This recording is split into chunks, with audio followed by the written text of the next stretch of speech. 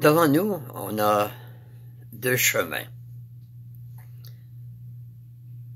Soit qu'on sert Dieu, ou soit qu'on sert Satan le diable. Mais on ne peut pas servir deux maîtres à la fois. Soit qu'on aime un, ou soit qu'on aime l'autre. Mais un bon choix qu'on doit faire, c'est de servir Dieu. Pourquoi? Parce que Dieu nous aime. Et il prend soin de ses enfants.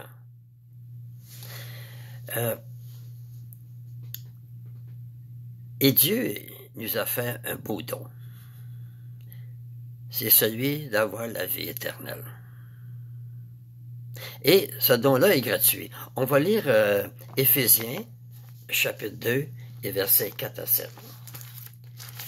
Éphésiens, chapitre 2, 4 à 7.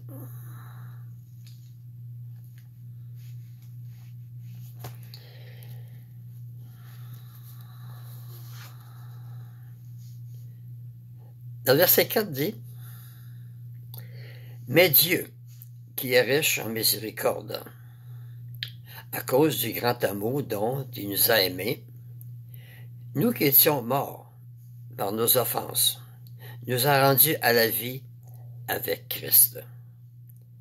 C'est par grâce que vous êtes sauvés. Il nous a ressuscités ensemble, il nous a fait asseoir ensemble dans les lieux célestes, en Jésus-Christ, afin de montrer dans les siècles à venir l'infinie richesse de sa grâce par sa bonté envers nous en Jésus-Christ. »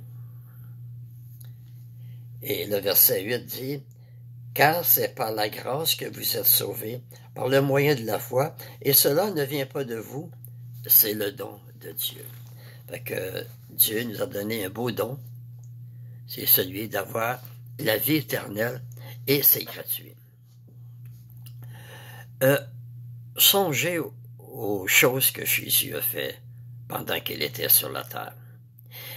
Il a donné la vue aux aveugles,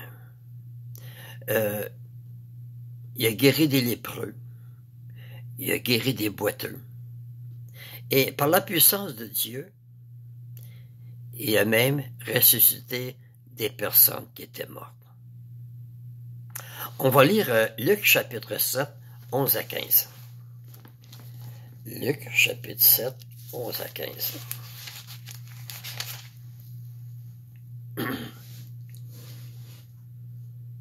Le verset 11 dit, « Le jour suivant, Jésus alla dans une ville appelée Naïm. Ses disciples et une grande foule faisaient route avec lui. Lorsqu'il fut près de la porte de la ville, voici on portait en terre un mort, fils unique de sa mère, qui était veuve. Et il y avait avec elle beaucoup de gens de la ville. Le Seigneur, l'ayant vue, fut ému de compassion pour elle et lui dit, « Ne pleure pas. » Il s'approcha et toucha le cercueil. Ceux qui le portaient s'arrêtèrent et dit, « Jeune homme, je te le dis, lève-toi. » Et le mort s'assit et se mit à parler. Jésus le rendit à sa mère. Tous furent saisis de crainte et ils glorifiaient Dieu, disant, « Un grand prophète apparut parmi nous, et Dieu a visité son peuple. » Cette parole sur Jésus se répandit dans toute la Judée et dans tout le pays d'alentour. Fait que Jésus avait le pouvoir de ressusciter des personnes qui étaient mortes. On va lire Matthieu chapitre 9, 32 à 35.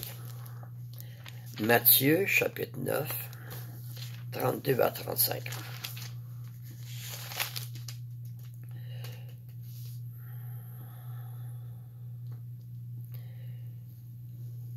Le verset 32 dit, « Comme il s'en allait, voici on amena Jésus un démoniaque muet. Le démon ayant été chassé, le muet parlant. Et la foule étonnée disait, « Jamais pareille chose ne s'est vue en Israël. » Mais les pharisiens dirent, « C'est par le prince des démons qu'il chasse les démons. » Jésus parcourait toutes les villes et les villages, enseignant dans les synagogues, prêchant la bonne nouvelle du royaume et guérissant toute maladie et toute infirmité. On voit que Dieu, par Jésus, il faisait des guérisons sur la terre. Et Dieu n'est pas comme un homme. Il n'est pas comme un homme pour mentir. Il n'égare pas les gens avec des mensonges pour les égarer. Dieu, il dit toujours la vérité. On va lire Nombre chapitre 23 et le verset 19. Nombre chapitre 23 et le verset 19.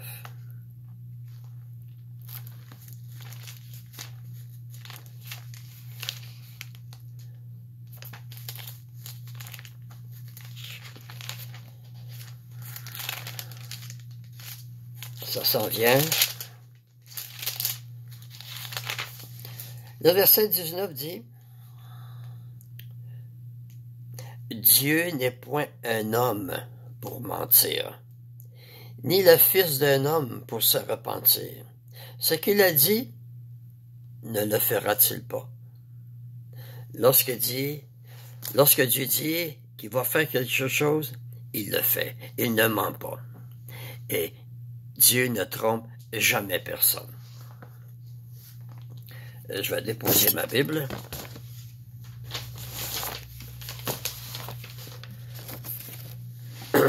Il y a des personnes qui ont peur des morts. Il y en a qui ont peur des démons. Il y en a qui sont harcelés par les démons.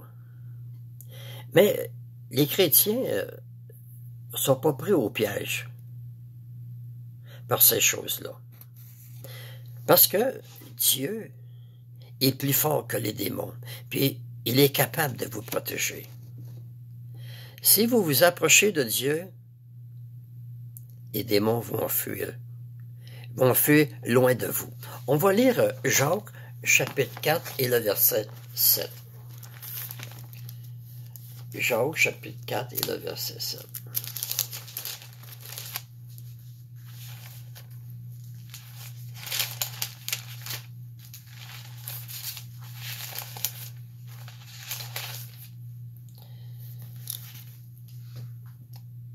C'est écrit au verset 7, « Soumettez-vous donc à Dieu, résistez au diable et il fuira loin de vous. » Fait que quand on s'approche de Dieu, Satan, il fuit, il tremble devant Dieu.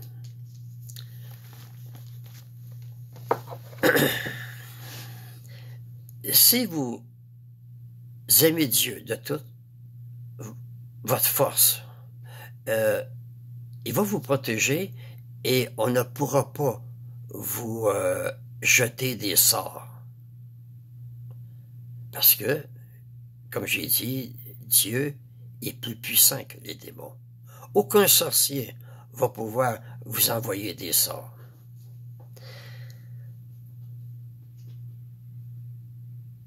Si vous êtes harcelé par les démons, si vous avez déjà pratiqué le spiritisme, débarrassez-vous de tous les objets que vous vous êtes servis. Vous allez trouver la paix. On va lire Actes chapitre 19, versets 19 à 20. Actes chapitre 19, 19 à 20.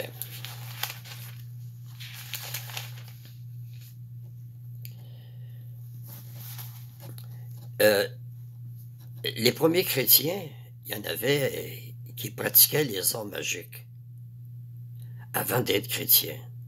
Et en devenant chrétiens, ils ont tout brûlé, leur livre de magie. C'est qu'est-ce qu'on va voir dans Actes chapitre 19 et les versets 18 à 21. Plusieurs de ceux qui avaient cru venaient confesser et déclarer ce qu'ils avaient fait.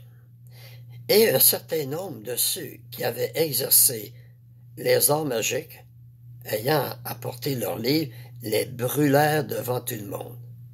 On en estima la valeur à 50 000 pièces d'argent. Et c'est ainsi que la parole du Seigneur croissait en puissance et en force.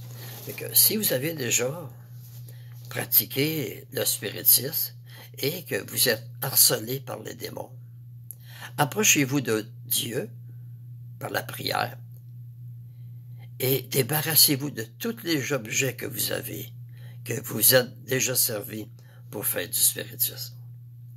Vous allez trouver la paix. Merci de m'avoir écouté et à la prochaine.